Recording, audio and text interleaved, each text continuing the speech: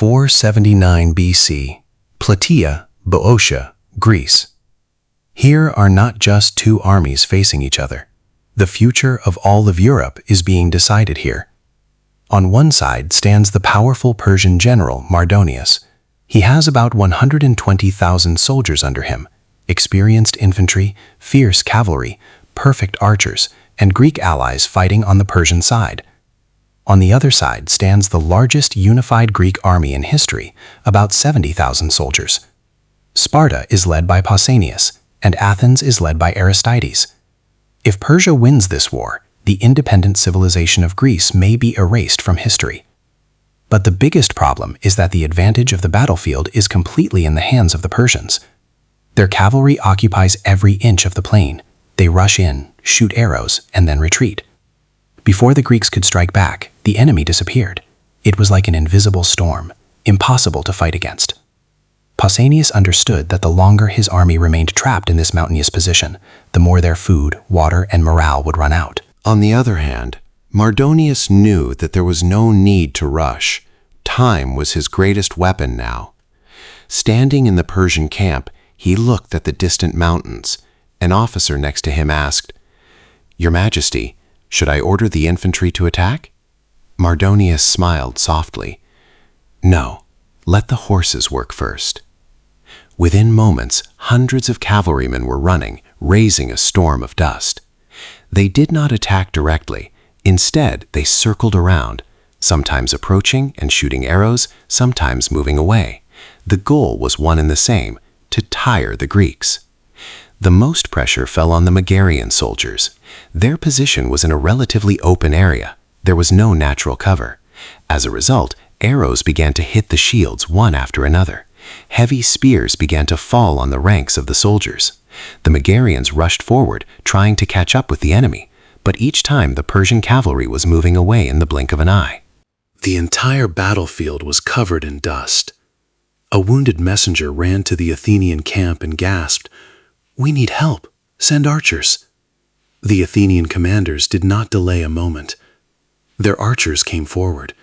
Immediately, a rain of arrows began. The sky seemed to turn black.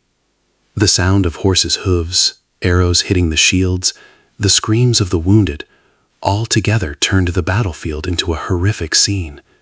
Just then, an event occurred that changed the course of the battle for a few moments. The famous Persian cavalry commander Mecistius had come forward in the excitement of the battle. Suddenly, an arrow pierced his horse. The wounded horse jumped up. The next moment, Mecistius fell to the ground. The Greek soldiers did not miss the opportunity. They surrounded him from all sides. He began to resist with extraordinary courage. One after another blow hit his armor and bounced back. It seemed that it was impossible to defeat him, but finally a Greek warrior found a small gap under his armor. A spear entered straight there. Mecistius fell to the ground. For a few seconds, the entire battlefield seemed to stop. Then, an explosion of joy spread among the Greek army. Thousands of shields began to hit the spears at once. The roar of victory began to echo all around. For the first time, the Greeks understood that even the formidable Persian cavalry was not invincible. But Mardonius was watching everything from a distance. There was no sign of concern on his face, because he knew that the death of a general did not win a war. The Greeks were still trapped in the mountains. Their food was running low. Their water sources were at risk, and as time went on, the situation would go against them. For several days, the two armies continued to observe each other. No major attacks, but in the meantime, Mardonius started a new plan. Not their soldiers, strike their lifeline. Then the small Persian cavalry groups spread out in all directions. They were no longer looking for soldiers on the battlefield. They were looking for supply wagons.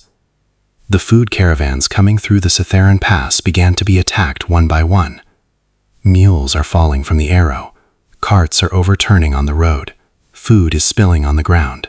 Drivers are fleeing towards the mountains in fear. Standing on the mountain, the Greek soldiers could only see the smoke in the distance. But they could do nothing. One by one, the messengers disappeared. The supply team never returned. Then came the most important blow: the Gargahia Spring. As dawn broke, a few Greek soldiers reached there with water jugs. But what they saw in front of them stopped their feet. Persian cavalrymen are standing in the spring. The water source is muddy under the horses' hooves. The archers draw their bows and are ready. A Greek soldier silently looked at the spring for a while, then he slowly turned back. Because he understood, now it's not just the source of water. The last hope for the survival of the Greek army has also fallen under Persian control. And the final Battle of Plataea is not far away now.